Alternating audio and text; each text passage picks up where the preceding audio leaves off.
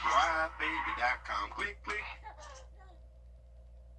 The Live 5 or 6 Skyview Network, sponsored by Terry Lambert Hyundai.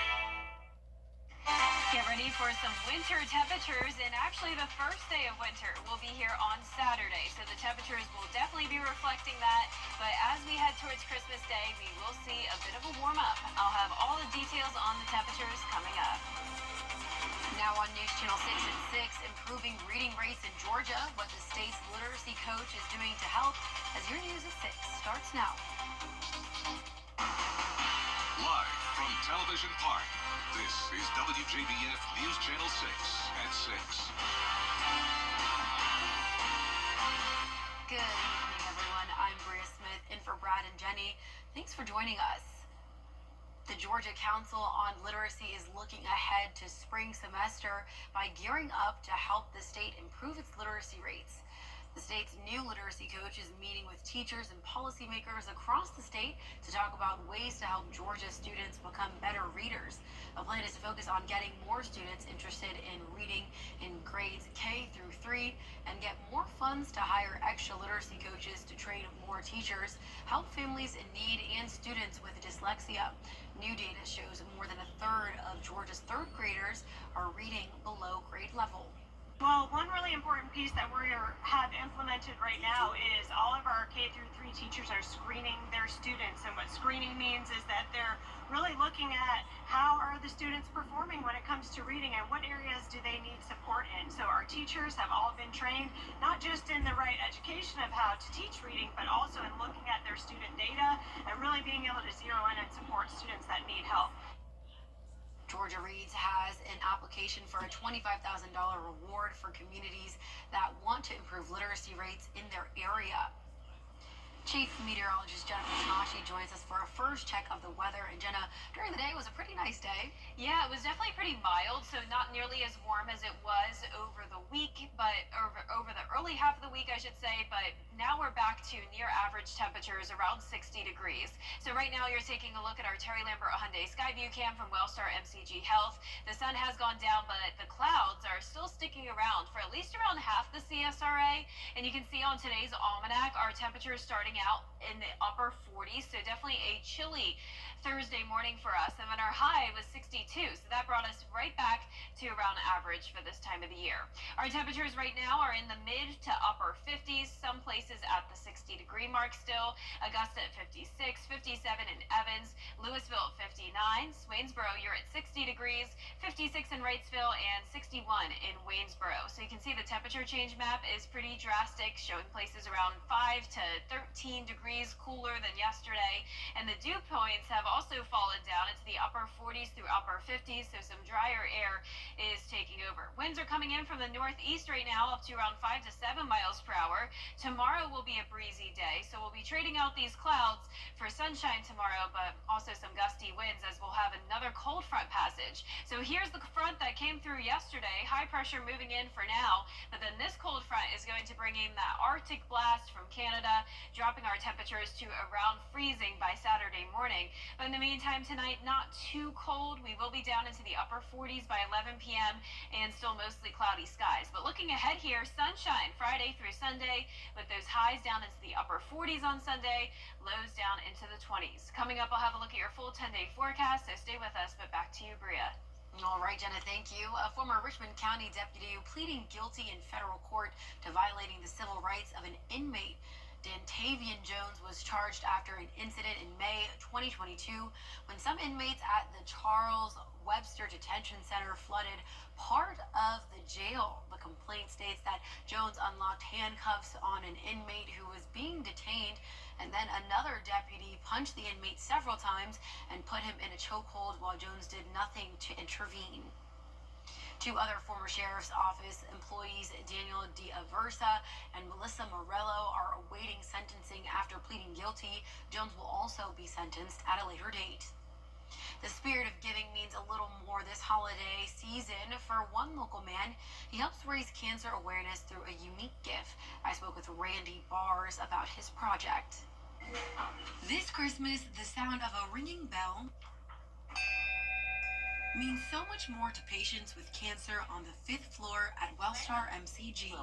The significance of the bell for a cancer patient is when you complete your treatments, you're supposed to be able to ring your bell. Linda never made it that far. She never got to ring her bell. He's talking about his late wife, Linda Bars. She's the reason Randy Bars creates 300 handcrafted Christmas ornaments each year, one being an angel and the other holding a very unique meaning. Christmas Day, Christmas Eve, whatever. We just did that last year. Great. And then we also have ornaments. Cardinal was my wife's favorite bird.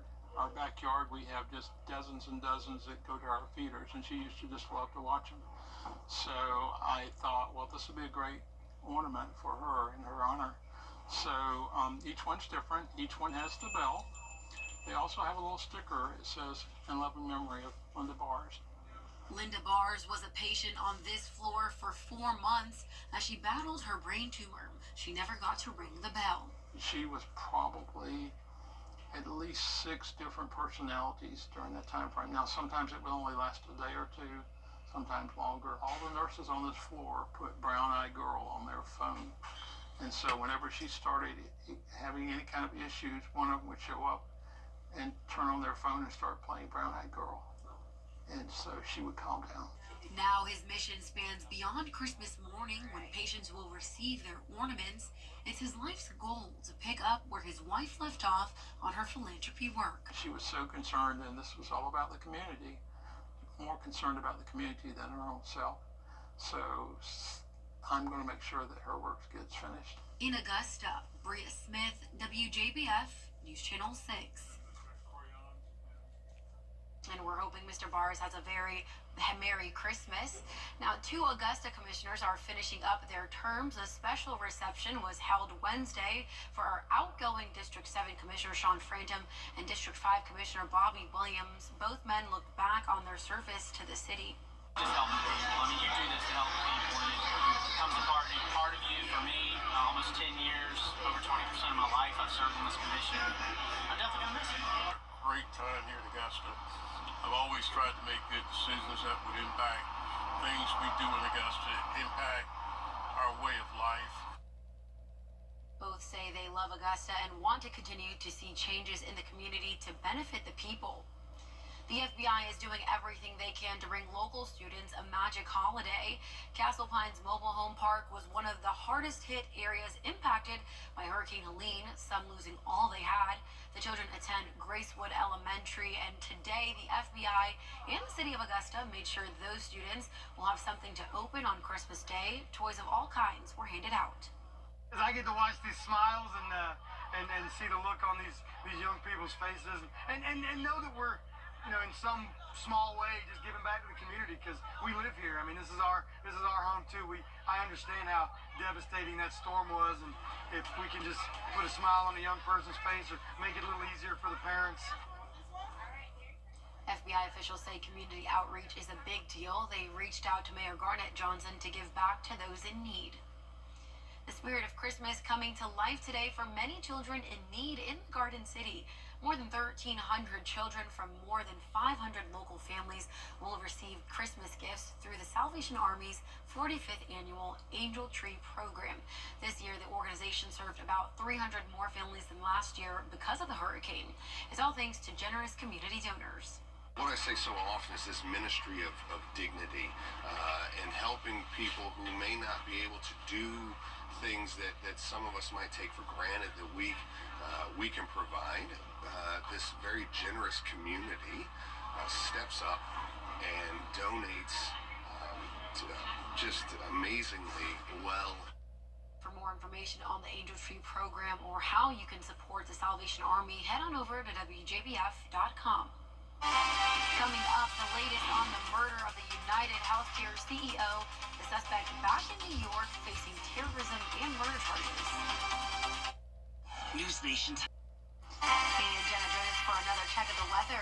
Well, it's going to be feeling like Christmas time, Bria, with these cold winter temperatures this weekend. So it's going to be a brief cold snap for us with clearing skies starting tomorrow. Then we will be much warmer by Christmas Day. I'll have a look at those temperatures and your futurecast when we return. Save during Transmart USA's Countdown to Christmas. Now, your most most accurate forecast with WJBF Live 5 or 6. Welcome back. Here's a snowy view on our Terry Lambert Hyundai Skyview cam all the way up in Green Bay. They are dealing with an Alberta Clipper, which is a low pressure system bringing snowfall and very, very cold temperatures. So we have all this Arctic air coming in from Canada. That cold front is going to be making its way down towards the southeast by tomorrow.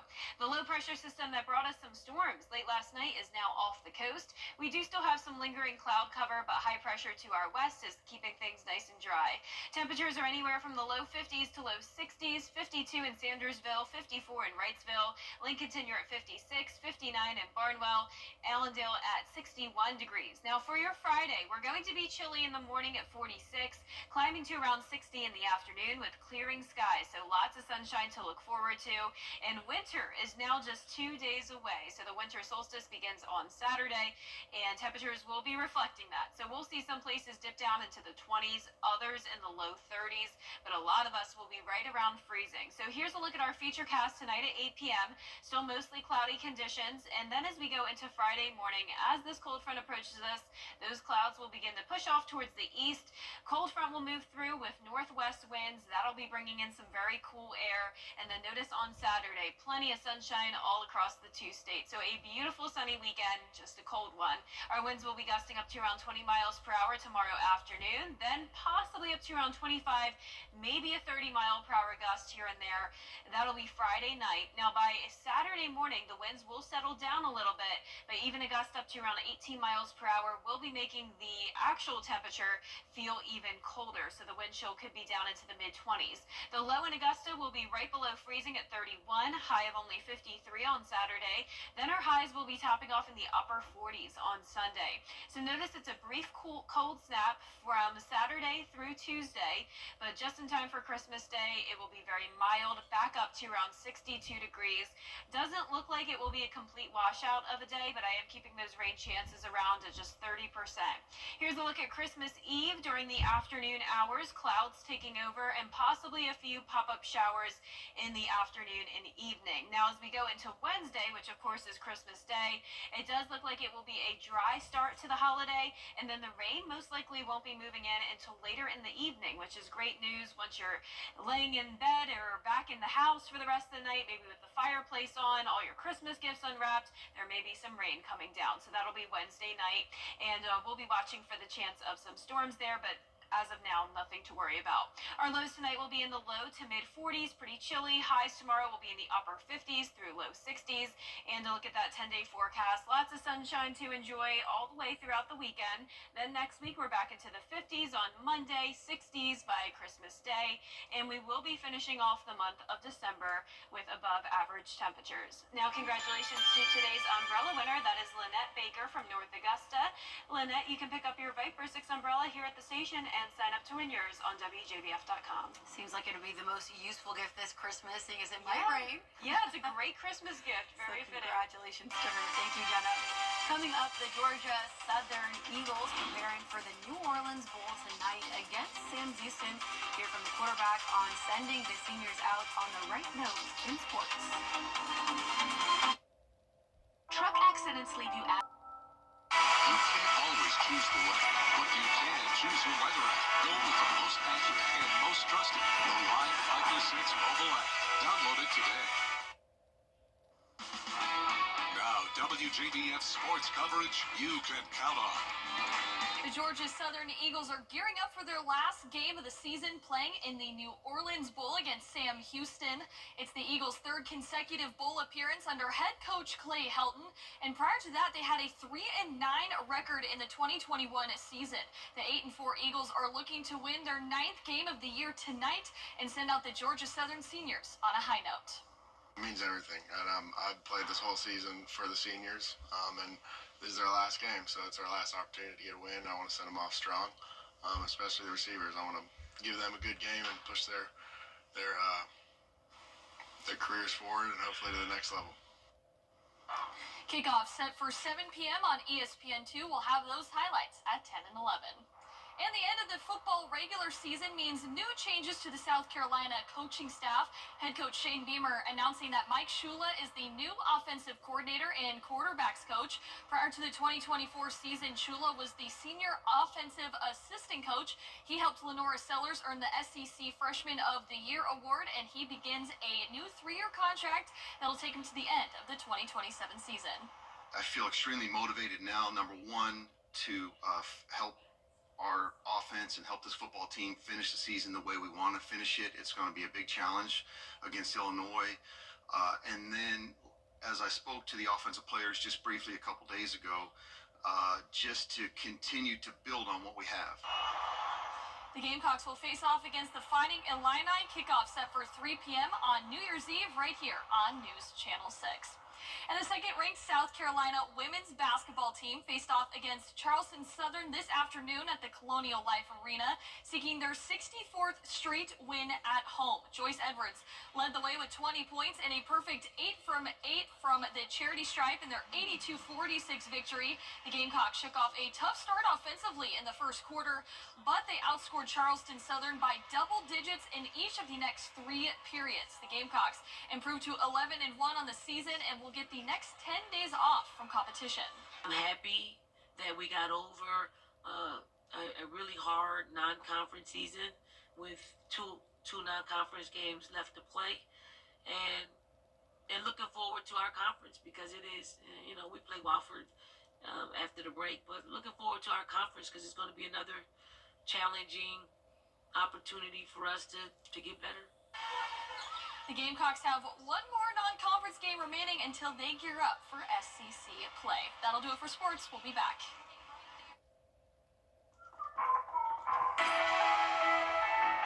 The holidays are here, so get a jump on your shopping list and come see us in historic Waynesboro, Georgia. Waynesboro's vibrant downtown is filled with quaint storefronts featuring unique gifts, home decor, and the latest trends in clothing. When you're ready for a bite to eat, Waynesboro has something that's sure to satisfy every craving. Holiday shopping and enjoying special events throughout this season are a great way for the entire family to enjoy the holiday spirit. Come see us in Waynesboro, Burke County for your holiday shopping.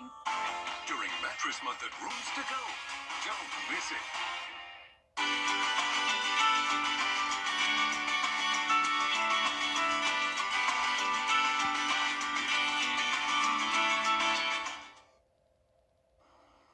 Here's a final look at your 10-day forecast. Mostly cloudy, breezy conditions for our Friday, high of 61. Down to the 50s on Saturday, upper 40s on Sunday, then warming up just a little bit by Christmas Day, 62 with a few showers and clouds.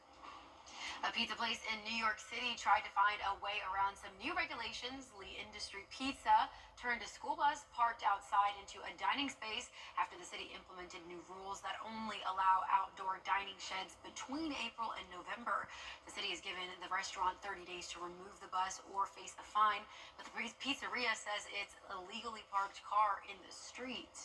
Really cool idea. Very clever idea. Yeah, Wouldn't have thought of that. That's cool. Well, that's our report for now. News Channel 6 continues at 7 o'clock right after World News Tonight.